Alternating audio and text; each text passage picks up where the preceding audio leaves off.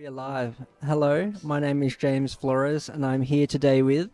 You're here with Graham Twist from the UK. We're in a place that we would never expect we would have met, right? Where are we, Graham?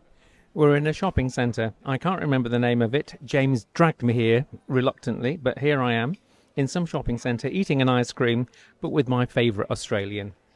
We're in Lithuania. Panorama is a shopping centre. I've dragged you to two shopping centres already, haven't I? Yes, yeah, we've been to another one called Acropolis, which seems a bit of a joke, doesn't it, in Lithuania to name it after a Greek temple or a hill with a temple on it. But James has got lots of obsessions that I'm learning about, and shopping centres is just one of them.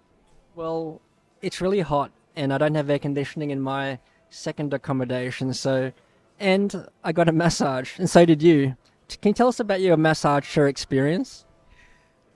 Yes, I don't want anyone to get too excited here. It was a massage chair, not a living human being, which is, I'm sure, is what James would have preferred.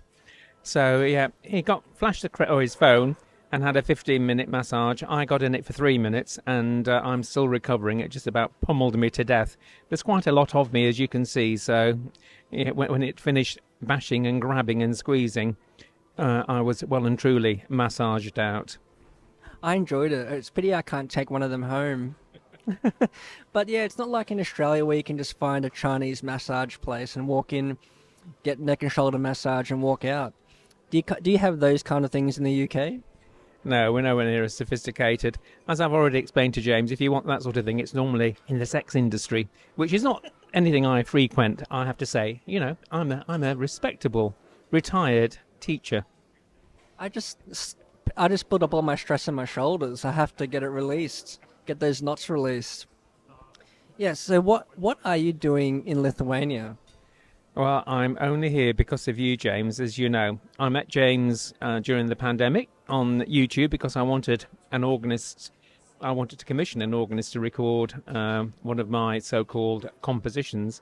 And I was able to persuade James, you know, with thousands of of Australian dollars to actually take on the challenge.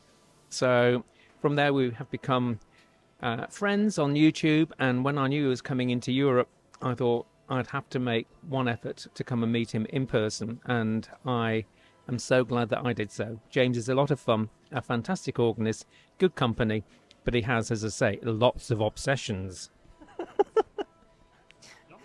Yes, we won't go into those obsessions on camera, but yeah, it's really appreciated that you've come all the way from the UK. It's not as far as I've had to travel, but you've had to drive further to your local airport than your flight from Luton to Vilnius.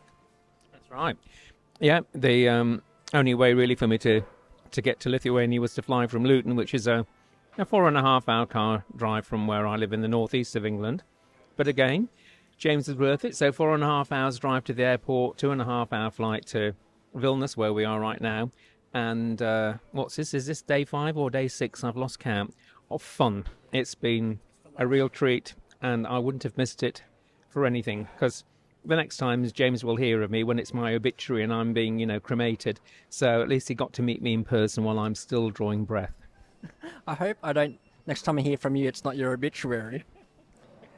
Tell us, our audience how the recital went, the first recital, because the other one's this evening. Yes, so our mutual friend, or really James's main friend, Vidas arranged for James to give 2 recitals while he's here in Vilnius. So the first one was at St Casimir's Church, which has a fantastic 3-manual organ. I have to say, I think that's maybe my favourite instrument. I was hopeful that we'd hear the organ that Vidas often uses, which is at St John's Church at the university, but that's having lots of work done, and we did get to see it. I actually managed to climb inside it without damaging it and have a look around, and we heard a bit of it and had a little go, but it wasn't fully operational. But the first recital was at St Casimir's Church, and James was on fire. He gave a really wonderful recital. It was all Dennis Bidar's music, but very skillfully chosen, lots of contrasting pieces, and James was able to demonstrate the full tonal range of that organ. I can't think that he didn't have a stop combination that he didn't use, and it matched the music perfectly. It really was a wonderful recital, extremely well attended, I have to say, and the audience was very appreciative. So it was worth the airfare just to get that recital. Thank you, James. Thank you for those comments. And it was a free entry. That's bonus, isn't it? Yes, free if you didn't have to pay the airfare to get to Vilnius in the first place. But yes, it was free entry, so they really did get a treat. And the one thing I like about that organ is it's got a combination setter. So it's got a sequencer. You can step through all your combinations. Whereas the church I'm going to play at now, this evening, is quite very different. It's in the Baroque style. It's mean tone temperament. It's got stop knobs that you have to pull out 1/2 meter, and a flat straight pedal board.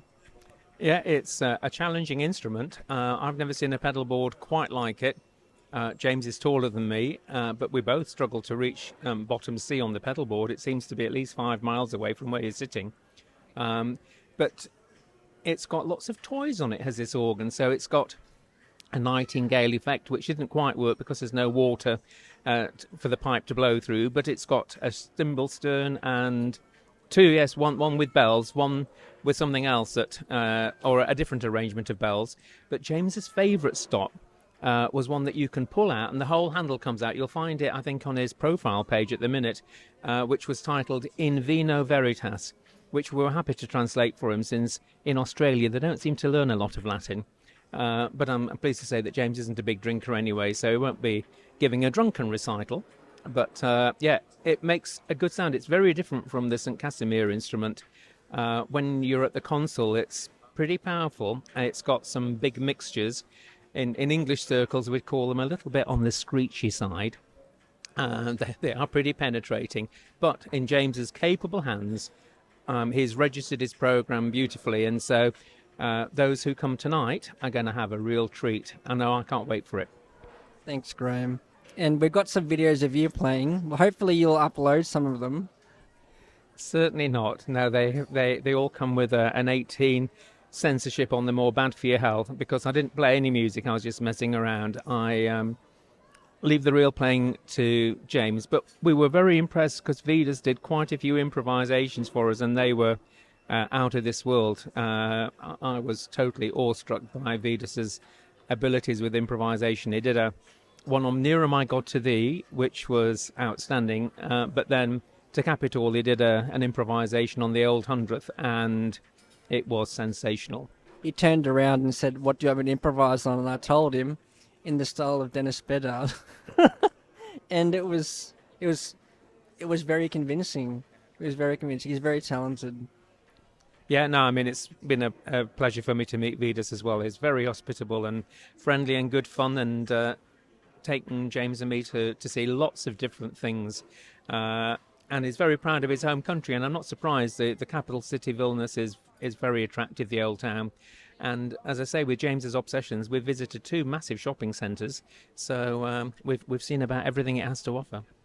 I'm just looking for massage places, and I only got to sit in a massage chair for 15 minutes, but that's good enough for now. They'll get me through until the recital. Anyway, that was our little interview. You better eat your ice cream before it melts.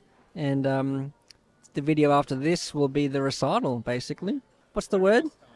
Yeah, thank you for all your hostility. And thank you for all the coffee. And So for me, what an amazing thing to be able to meet James in the flesh, so to speak. Having known him only virtually, it really was a wonderful opportunity, and I've had the time of my life. He's made my visit to Vilnius really special. So thank you, James. Thanks, Graham.